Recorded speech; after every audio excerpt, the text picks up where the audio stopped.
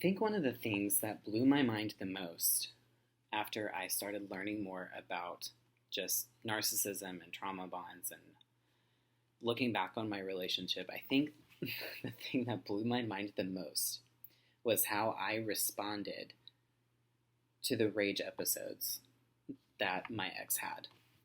Because we've all heard about fight or flight, but it wasn't even until I started making content on here that I even knew that there was such a thing as freeze response and fawning. So in case you guys don't know what those two are, freeze response is exactly what it sounds like. So if you get into this place where you feel like you were in danger or you're scared, your entire body will freeze up and it will lock. Like your jaw can clench, you like start to flex your muscles. You might like make fists like so tight to where like your nails are digging into your palm. You might just get to this point where you just get silent, like you stop blinking, like you literally just freeze. And I would do that every once in a while. It wasn't my go-to one. My go-to one was fawning, which we'll talk about in a second. But when it got really bad, I would freeze. And I remember the reason why I would do that is because I didn't want to say anything. I didn't want to do anything to make it worse. I just wanted it to stop. And maybe if I just sat here and was just completely still and completely silent, it would end sooner. But the one that I did the most was fawning.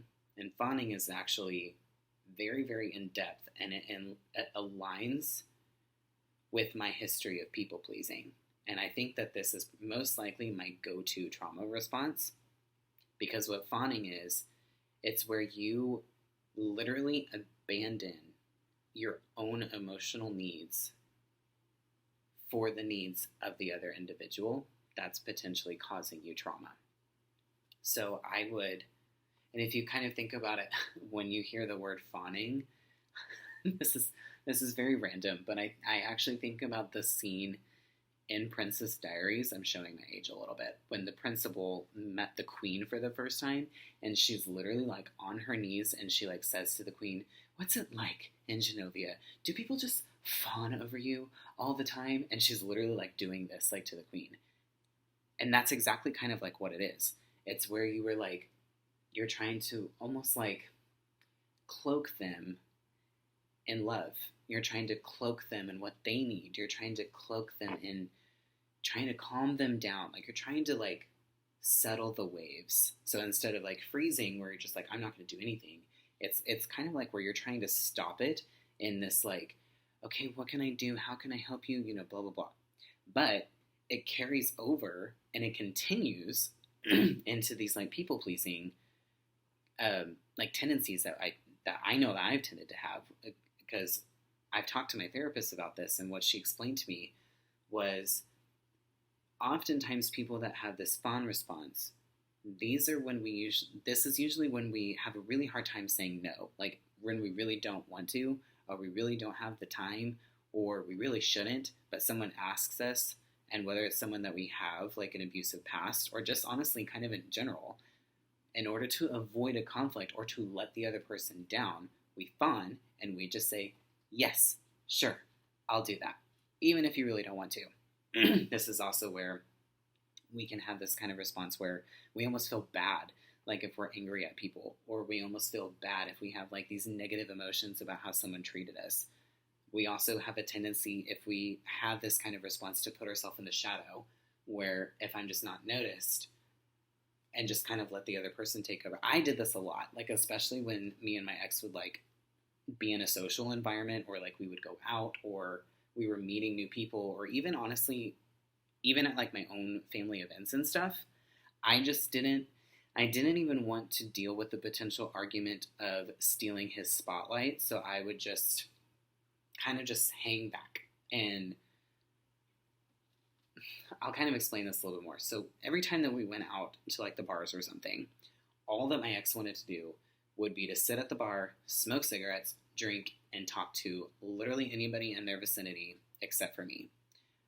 When I go out, I want to go out and dance, and I want to go out and have a good time, because if I just wanted to sit down and smoke and drink and talk, we could do that at home for way less money. So when I go out, like I want to go out, and I want to like do things that we can't do at home. So we literally would get into an argument almost every single time that we would go out, because I would ask, like, hey, this is my favorite song, like, can you go out with me? Or, oh, I love this song, like, can you go dance with me? And it's like, okay, in a minute, we're talking. Like, like, this random person that I just met 10 minutes ago trumps what you need, and has more weight than my partner in life, who I'm actually came out with to have a good time with. This random person's more important. And so after being rejected after like 5 or 6 times, just simply asking to go dance for one song, of course, being a human being, I would get upset about it. And that would start this huge fight about how I was so needy and I was trying to take up all of his time and blah, blah, blah, blah. Well, after like that happening 1 or 2 times, literally I just started to know my place, and I would just fawn in the background, and I would abandon my needs and abandon what I want. And when he asked to dance, of course I would say yes. Outside of that, I literally would just stand behind him and barely even participate in the conversation. And it just blows my mind, because even though I've had a lot of people-pleasing tendencies in my life, I've never been that person until I met him and until I was in a relationship with him. Like, even in my previous relationships, I was usually more the person that was the more outgoing one, or was the more impulsive. Well, not impulsive, but I was definitely the person that was kind of more like, go with the flow. You know, let's just go out and have a good time. Whatever happens, happens. And I remember people, especially like the inner circle in my life, these were the kind of things that they noticed where I literally changed because of this person. And it didn't happen overnight. It happened over, it's kind of like that snowball effect where it's like 1 or 2 things would happen, and then the more that it happened, the more it got like reiterated. Like, I just need to go into the background because this person always has to be the star of the show. And you know what? I don't care. Like, at the end of the day, like, just be the star of the show. Whatever. As long as you don't yell at me, as long as you don't throw my phone, as long as you don't put another hole in the wall, or, you know, just we spend the next 5 hours just arguing with each other. I just slowly started to abandon myself in order to make this person happy. And I just, I found it so interesting that this was really a thing, and this happens to a lot of people, because it makes everything make so much more sense about how I was able to compromise myself, and it allows me to look back on the situation with a lot less judgment, because now I understand this wasn't me just like being weak. This was literally a trauma response, and how I responded to the continual trauma that was happening in this relationship. So I encourage you guys, like, do more research on these different types of trauma responses, because when you do, it might allow you to get into this place where you can, again, look back on this relationship and look at it with less of a lens of judging yourself and being mad at yourself, and more of a lens of, okay, now I understand this. And since I understand this, I can be less mad at myself, because now I understand what was going on in my brain, and it makes it make more sense. And instead of looking back and being like, I was so stupid that I did this, it's, okay, I wasn't stupid. I was just having a trauma response. But now I know that this is how my trauma response tends to go. So now I need to put up barriers, and now I need to put up certain boundaries to prevent myself from going there again, so I don't end up completely compromising myself for someone again.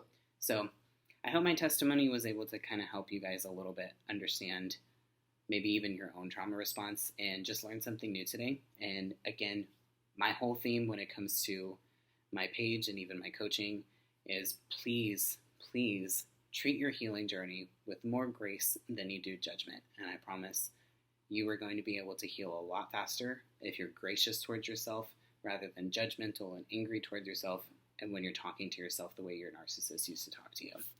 So happy healing, and please make sure that you guys subscribe, comment if you have any thoughts, and make sure you follow me on TikTok, Instagram, and YouTube for more content. Bye, y'all.